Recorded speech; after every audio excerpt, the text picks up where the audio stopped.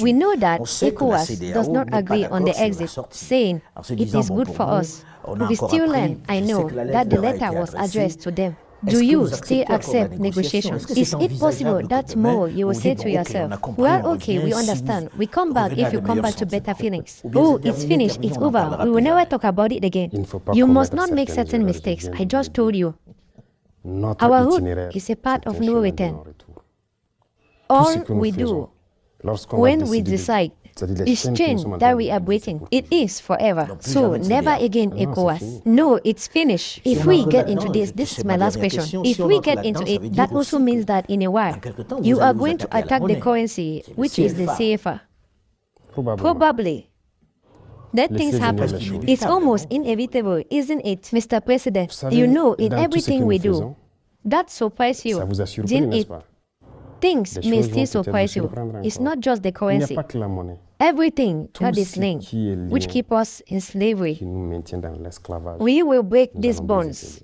Africa, wake up. Africa, rise up. Africa without borders.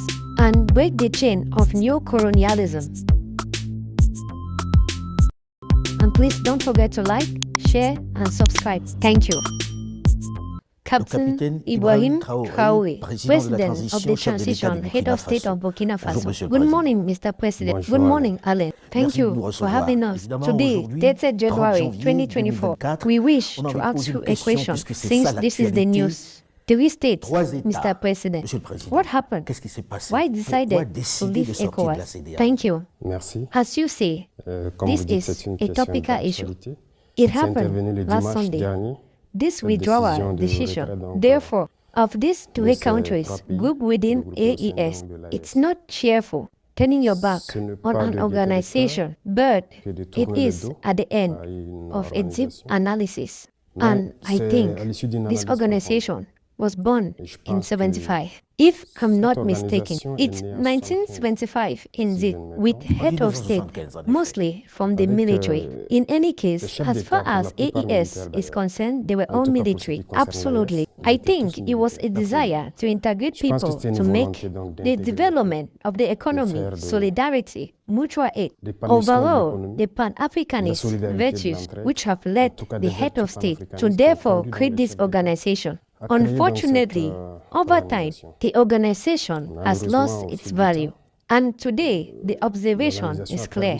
I think that for over a decade, the sister republic of Niger and Mali are at war against terrorism. And in Burkina Faso, almost a decade, we are at war. This organization, which was supposed, therefore, to create mutual aid and solidarity, we have never received any help from this organization. No soldiers, no logistics, no compassion. But Mr. President, we want to say that we understand that recently relationships were particularly difficult with what happened, the coups that took place in these 3 different states that you have just mentioned, Mali, Niger, Burkina. You want to leave and people say to themselves, isn't this a reaction to the fact that they do not accept that you have allowed a coup d'etat? When you leave and say, okay, since they do not accept, we leave. Coup d'etat, we don't do it because we want it. It is the way of seeing things that we must change. You agree with me that having the states in crisis to carry out a coup d'etat and assume one's responsibility, it is heavy. But if we do it, it is because we have a desire to take our people towards a certain sovereignty because we know the origin of this crisis. And I think we should be accompanied. The city have so many millions of displaced people in this region. What are you doing to help them? Nothing. Do you have the feeling that it is the military who are more likely to resolve these problems than politicians, civilians? Is that your feelings? Everybody can do it, but how can we explain that these are would took control and say no, we no longer want civilians? No, the military do not say that we no longer want civilians. It's a duty of patriotism when the nation is in danger. At some point, important decisions have to be made. If it turns out that it is the soldier who have the courage to make this decision, well, that is what is there. Anyways, civilians or soldiers, we are all children of this nation. And whoever is therefore animated by this feeling of being able to liberate its country, one can do it. So, it's not a question of military. Elsewhere, the military has succeeded. Here too, the military can succeed well. So, Mr. President, what do you say to ECOWAS officials who say they are leaving? Because we said we don't want putschs among us. There are many putschs among them. So, it's not a question of putschs, it's just a mask.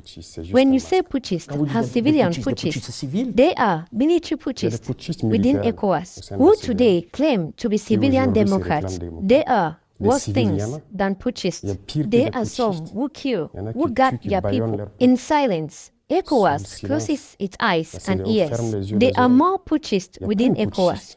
So, Mr. President, we say, okay, we are leaving ECOWAS with immediate effect. Burkina Faso, Niger, and Mali. We leave with immediate effect. Mr. President, this concerns a lot of people. What do we do with the free movement of people, of your population who are in these countries, of ECOWAS that you are leaving overnight? How exactly is it going to happen? Because the text says it takes at least a year to be able to implement all of them. Now you say no, it's over now. Yes. First of all, you say the text says, but they themselves have never respected their text. It's done at the customer's discretion. This is what we notice. The sanctions imposed on Niger do not exist anywhere in the text. So the first to violate this exclusion is the so-called Democrat we are living. But we remain Pan-African. Anyone in Africa, an African who wants to come to Burkina Faso, he is welcome at home. But on the contrary, it will be complicated. Someone who is within the AES, we are going to talk about the AES in the moment. Someone who is within the AES, we can tell him that he can no longer go to Ivory Coast, to Ghana. It becomes a little bit more complicated for those who do their business there. We will see and decide what measures to take in due course. This departure from ECOWAS is well thought out, Mr. President. Of course, very well thought out. It's not a curse, it's not a burst of anger. If it was an outburst, we would have done it long time ago. I think we had time to analyze the situation, to weigh many things and finally decided.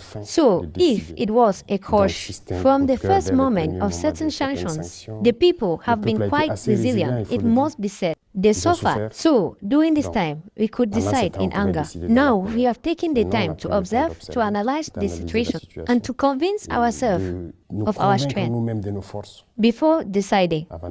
And you took everyone by surprise. Another element in this, we are going to say this new way of drawing West Africa, the AES, the Alliance of Sahel States. Mr. President, is this viable, the AES? On paper, it's very attractive, but it is viable. You know very well that it is more than viable. You know, for a long time, they held our people in certain philosophy, always tending to make us believe we can do nothing without others. Today, our mission is to raise awareness. You do it very well indeed. Thanks. And I really appreciate it. We need to be able to raise awareness so that young people realize what is in their home. For such an organization, you must first realize its strengths and its weaknesses. And at the end of this analysis, you decide. The AES is very viable. When we look at the economy, Mr. President, if I may, these are economies that are very integrated. You produce the same thing. You do exact same thing. Who will sell to whom? How will it trade? And what are we doing? Because these are not countries that have at least one opening to the sea. Numbers are one thing. The economy too. You know, we are here a very short time ago. But the economy was pulled a little turn by past regimes. Otherwise, we should have a very strong economy today. That is what I am saying. By analyzing our strength, we realize that we should not be at this stage. We must have been much further away. When you take the AES, in terms of population, in terms of surface area, we are very good in terms of production. Normally, the states on the list should not carry anything. With regard to agricultural products, food, Today, we are aware of this and we are doing everything so that we don't import anything when it comes to what we consume. In terms of world, whether it is natural, when I say natural world, they are underground riches, but there is also on the surface. We shot everywhere that Africans are dying of hunger and thirst and so on. Projects invented here and there, for example, providing drinking water. There is a large reserve of underground water in the AES. And even on the surface, in terms of mineral resources, we have nothing to envy of anyone. And in nature, when it takes products like, I like to say, share is a natural world. We didn't plant it. It is God who gave it, but it's very rich. People take and transform it. It's there. We are aware of our potentials. The AES have nothing to envy of anyone. For you, AES may be enough. Be an integrated whole that functions normally, perfectly. Mr. President, when we look at the approach that has just been undertaken by these three states, very concretely, in Europe, we listen almost everywhere. The fact that there is a need for them to be working with others on a subject that is the most important today, security. I want to ask, Mr. President, today you have been here for some time already. It's been over a year. What is your record in the field of security before we talk about these three states in terms of security? In your case, in Burkina Faso, a large part of the territory is still in the hand of terrorists. What have you been able to do since you have been here in this area? All right, this is the priority for us. When you said this, terrorists, they are killing, burning, displacing population, grabbing land. But I can tell you right now, as I said recently, there are no portion of our territory where we want to go to and which we cannot go. Today, you can go all over the territory, everywhere, territories that were under control for 3 or 4 years. But yet, we talk more about attacks than before, when there were foreign armies in the territory. Oh yes, are you sure? More attacks, it's relative. Today, we are on the offensive for most zones. We are no longer in a defensive posture. We go towards the enemy. We seek the enemy. When we decided to take our destiny into our own hands, as we like to say, pretty important and very courageous decision. And when you decide like that, all the sleeping cells wake up suddenly. And that's when you realize the magnitude of the terrorism situation. We realize this war, but which war? First, there is patriotism. There are logistics. There is now situational intelligence. Patriotism has awakened in all Burkinabe people, whether it is the combatant, whether it is the civilian population, you see clearly, contribute. This wouldn't have been possible a few years ago. Why? We must know how to awaken patriotism in every person, give them confidence, knowing that their homeland is the only thing they have left. We manage to do that. That's why, when asked to contribute, they do. People have been asked to arm themselves wherever they are to fight. Even today, if we decide that we want 1 million Burkinabe to fight, we will have them, the volunteers of the defense of the homeland. Yes, people are ready, they are committed. It's not dangerous for them. No, this is their homeland. All over the world, people have fought for their homeland. Mr. President, when we say that, is that we want to ask ourselves the question of knowing. This terrorism has been going on for a while now in our territory, with army that came an extraordinary sum spent on the quality military arsenal so far. How do you explain that suddenly you decided that the three of you are going to fight this without the others? Is this realistic? What makes this more possible today than with those armies that were there? It's more than realistic. There were several situations. We had the chance to do the field work. Many other officers that you can meet had the chance to feel and maneuver with these foreign armies. On your own territory, they put restrictions on you. They do what they want, which is even more surprising. Imagine, you said, with all the technology they had. Currently, they are satellites that observe everything. They had drones, helicopters, all types of devices. But we never saw the terrorists. Today, we have decided to go to war. But you realize we find them every day, and we whip them. So there was a problem. For us, there was no real desire to fight them. No desire to fight it. If they wanted to, they could have done it. The terrorists would never have reached this level. So today, we say if they produce results, if they achieve any results, it is because they have the Russians with them. There was Wagner, who we talk about today. Today, we even have the Russians who are going to open their first military base with Africa Corps. Mr. President, are the Russians helping you? And is their help better than that of the foreign armies which were present until then? You know, with regards to Burkina, for example, we have always been in a relationship with Russia. Can I tell you the equipment that the Burkina Faso had 80% of? It was Russian's equipment. Really? Of course. But yet you had a stronger relationship militarily with the French. How do you explain that? Yes, because this equipment date back years, perhaps, from the revolution. Of course, we have equipment that date back from the years of the revolution, which are still fighting. Russian and Korean equipment. North Koreans still fighting in our army. Are they more efficient? During all this time, the army was neglected. Don't forget that since the 90s, with the so-called structural adjustment program, everything has been distorted. Even there were soldiers who stood guard with sticks.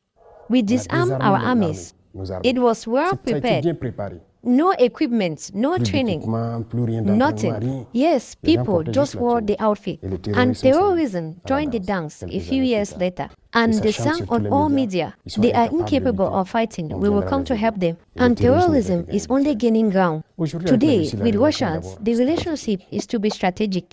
And I think you understand that much better than me. And with Russia, there's no equipment that we want to buy from them that they do not sell. Others make restrictions on us. They say you can't buy this type of arm. Of course, but the Russians will sell you whatever you want, whatever we want. Right now, as I speak to you, we are being denied license of certain planes. There are some types of weapons that they will never sell to us. And how do you explain these restrictions? It makes you wonder, where is the friendship? What do they want? There are many countries, Russians, Chinese, Turks, and the Koreans, and so on. There are no restrictions on us with Iran. Whatever we want, they will take stock of it. If we can pay, we pay. But with these states that were supposedly our friends, there are restrictions. There are some who have told us that they can't show us anything. That's later. Oh yes? Yes. So you are waging war. You can't kill the one in front of you. When it is the terrorists who killed us, they give us an assignment to pick up stones. Anything later, they don't sell to us. That is their principle. So today, with Russia, what do they want in return? We know very well that there's no friendship between states. There is always an interest. Everybody comes for their own interest. So today, there is the fear of a certain number of people to see that one master has been changed for another. Now, I know you a little bit to know that you are not in the replacement of one master by another. What are you giving the Russians in concrete terms so that they are there? Do they take minerals? How do you pay them? Are you selling a portion of the territory? What's the deal? If that was the deal, to truly leave one master for another, we prefer to die. Because when we say homeland or death, it makes perfect sense. No, it media lies again. And unfortunately, we have even seen head of states who fell into it and went to tell a lie, supposedly, like give mines to Russia in our southern part. Very wrong. There is nothing given to the Russians. All wrong. Not even a mine. Why give? If the Russians want a mine, we have the mining code. They come to integrate into it. We give them the license and they pay taxes. And they do everything they have to do like everyone else. So, with what do you pay the Russians? They don't come for your beautiful eyes. Oh yes, with the countries first. When did the Russians arrive? In Burkina, this is the last time that instructors came because they must come and educate the militaries on the equipment. And it is with all the countries. Besides, it's not just the Russians. When you sign a contract to acquire equipment, we sign the contract with training. There are lots of tricks here. Why don't they talk about it? Who specialize in drones. We paid for drones with Turkey with an assistant contract. It's been more than 1 year now. All the time that they were not around, the Turks were here. Why don't they talk about it? They are there, they support us, they train our crews in Turkey. They come here, they assist them, and they continue to train them in piloting, maintenance, and everything. We have the contract for a given time. When our men are well trained, they are going to leave. The Chinese are there. The equipment we pay for in China are also here to train in the manipulation of these equipments.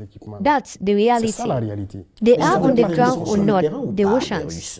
On the ground to fight? No. There is not a single Russian on the ground to fight. These are things developed in people's heads.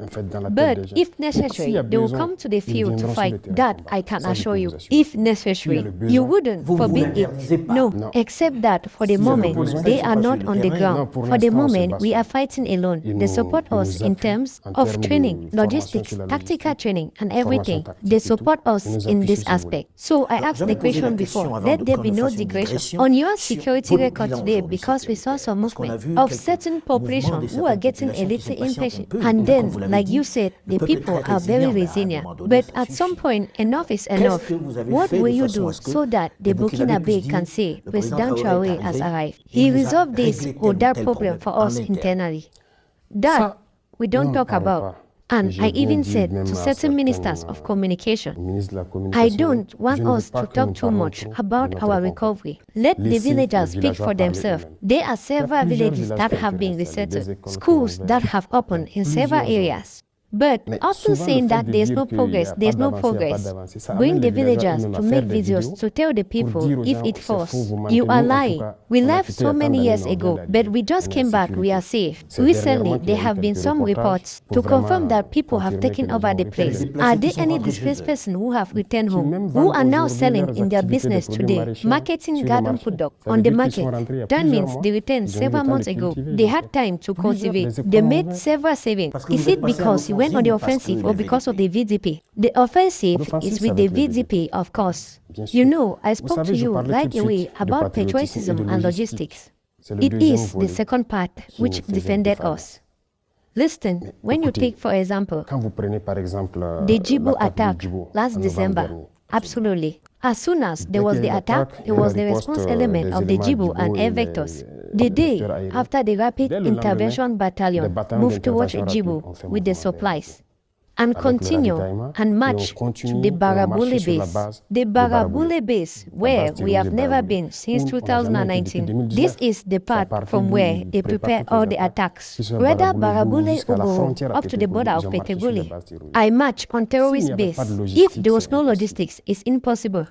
We sit down and plan the operation, where we took a month or more seeking to bring together logistics and men. That is how it happened. And to bring together logistics, I will tell you a secret. There have been times doing certain operations here. We borrow weapons from neighboring countries, come, do the operation, clean, and put them back. But today, all of this gives us a very bad image of ourselves. Today, as soon as there is an attack, we have to use the Rapid Intervention Battalion. You move because they are fully equipped, ready to fight.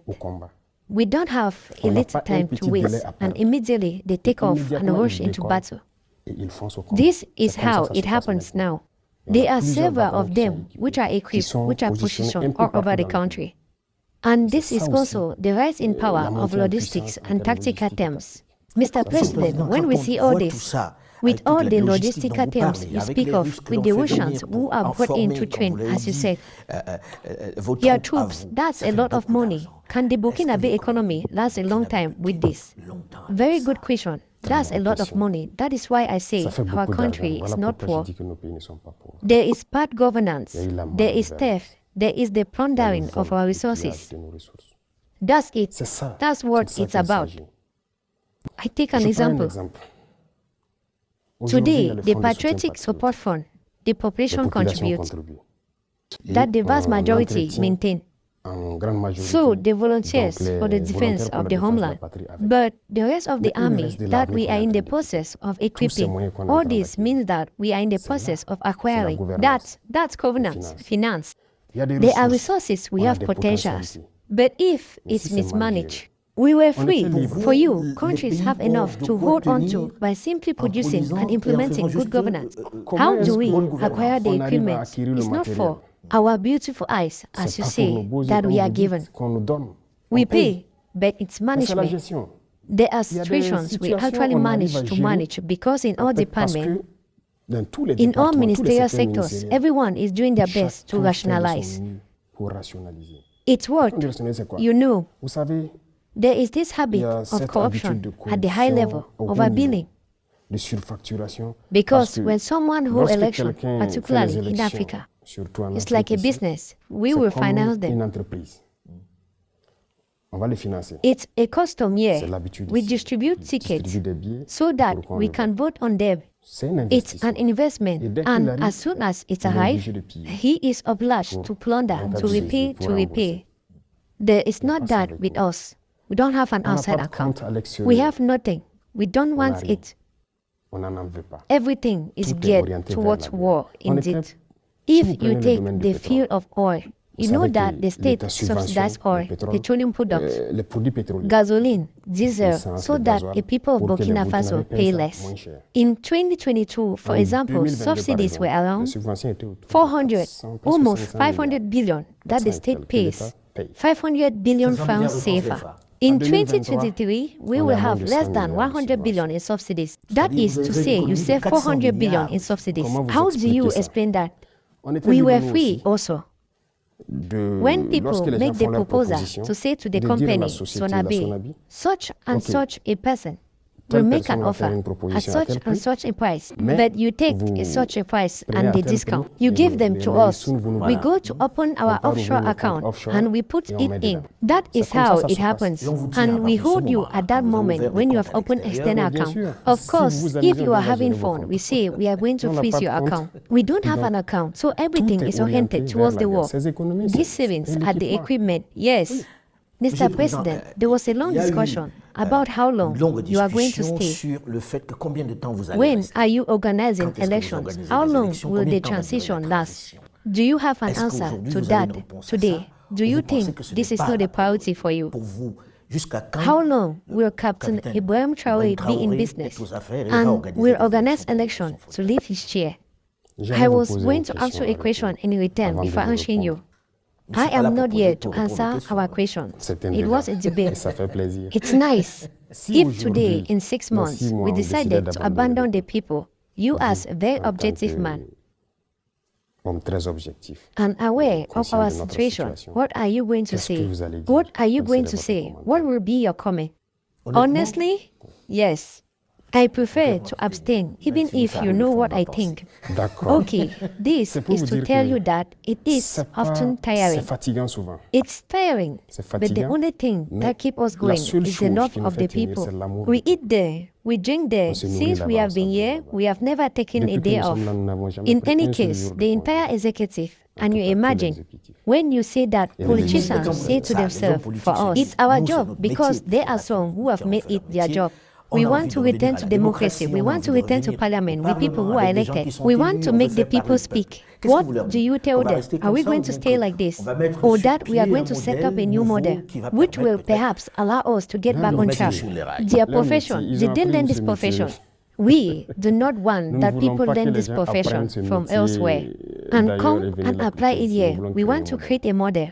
Because the way things are done here is not the right way. It's like I told you. First, there are a lot of arguments, as you see, that we are denouncing. There are many more to come. Ah yes, the revolution on this aspect have not yet started. That's why I say our economy are going to do very well. People sign agreements for their own interests. As I said, these are investments. Unfortunately, Africans hate of states, those who get into this kind of political job, have not always understood. I think that the fact of yesteryears must give a lot of lessons, such as the Bokasas and others. They continue to plunder their country resources and invest in them. How can we give? I do not know how I would explain it. It's inconceivable. But for you, Mr. President, there's no question of speaking of the organization of head of transition election. Oh yes, how are we going to organize the election as we are doing now? So we have to put everything back in amendment. Apart from the system which is in place, which must be reviewed, the elections, it concerns all of Burkina Faso. You think they are ready today to go to Soler, to go to Falanguto to do the campaign? It's the Burkinabe who will vote. For you, you must first pacify. There must be a minimum of security so that if there's a campaign, people can go everywhere in Burkina, explain their ideas to the Burkinabe people, and the people will choose because there's no longer any questions to go distribute money. There will be reforms to the electoral code. That's the end of it. If you are caught, you will be disqualified. I don't want to get ahead of the iguana in the water, but this is to tell you that there are reforms to come. This way of doing things, of buying conscience, is over. Our mission is to raise awareness and that young people never accept that again. If you think you can govern the country, you explain your political program. What are you going to do? And maybe after a while, the people will evaluate you whether you should continue your mandate or not. In short, we won't say everything, but there will be reforms on the electoral level, and so that all the Burkinabe people can vote. Mr. President, I return to the AES, which is something important to you. Since you are making it a battle horse in this war, what are the relationships with the other head of states of Niger and Mali? Can we consider an expansion to the AES, even to states that are not in the Sahel? The possibility of expanding, and I start there. It is possible in the charter, it exists. So we made an opening, but the relationship between us is fraternal. This is what we dream of Africa. This is what is there now. Do you share the same vision on Africa? Because sometimes people are jealous of their prerogative in their country. No, we share the same vision and we do the same mission. And if you look through the communications, everything we do is to raise awareness. Why will a head of state want its people to wake up? The others tend to make people fall asleep, so they can continue to do what they want. We want the people to wake up so that even after us, that people never again let individuals come and put them in this situation. So, whether in Niger or Mali, if you want, in our communications, it's always to make people understand what happened before. And today, how we manage to break the chain of slavery. So, that's it. We have to manage to ensure that everyone breaks the chain of slavery. And that is our communications. That's very important. That's a vision. Second, regarding our self-determination, self-sufficient in food power, there are many things that are being developed in our regions. For example, if we take other crops like wheat, besides, when we said that it cannot be done in our region, we do it today on a large scale. In Mali, they are doing it on a large scale. Niger, they are on the way. There are many other speculations that we are currently experimenting. The message is to make our population understand that we don't need to import. We can produce everything for us here and even export. Produce and export within the AES. Today, Mr. President, are you not afraid for yourself? Afraid? We lived through the period of Thomas Sankara, who is a bit like your model. Since many compare you to him through your ideas, through the way you behave, through your choice, we know how it ended. Yes, you are right, and that is the question everyone is wondering, and it is the phobia of the Burkinabe people. In fact, when they think about it, they are always afraid for me, for my person. I am not afraid. We don't know fear. We have faced death so many times. We hope shoulders with her. We don't know. God made us. Whether we are alive or not, we give thanks to God. So we don't know fear, but we analyze the past. On certain aspects, maybe President Thomas Sankara made mistakes when he said, for example, letting friends betray friendship. It is not up to us to betray friendship. I think that statement won out. Do you think it should have been on the offensive? We are not going to make the same mistakes again, that's for sure. And imperialism, as he said, is a very bad student. When he is chased away, he returns with the same method we follow. So, we won't let the same mistakes happen again today. Today, Mr. President, what are your relationships with France? And with the European Union? We don't have any special relationship. I say international relationships are what they are. It's happening as it should happen, if I may say. There is nothing bad in any case. Burkina is asserting its sovereignty. Any country or organization that respects this, we are in a good relationship. But when you don't want to, when you want to dictate to us what to do, but you still talk, right? Of course, we talk together. The European Union recently received the new ambassador. I know you follow. He is there. He is working. There's no problem. The French embassy is still there. They continue their activities. And the Americans, they are here.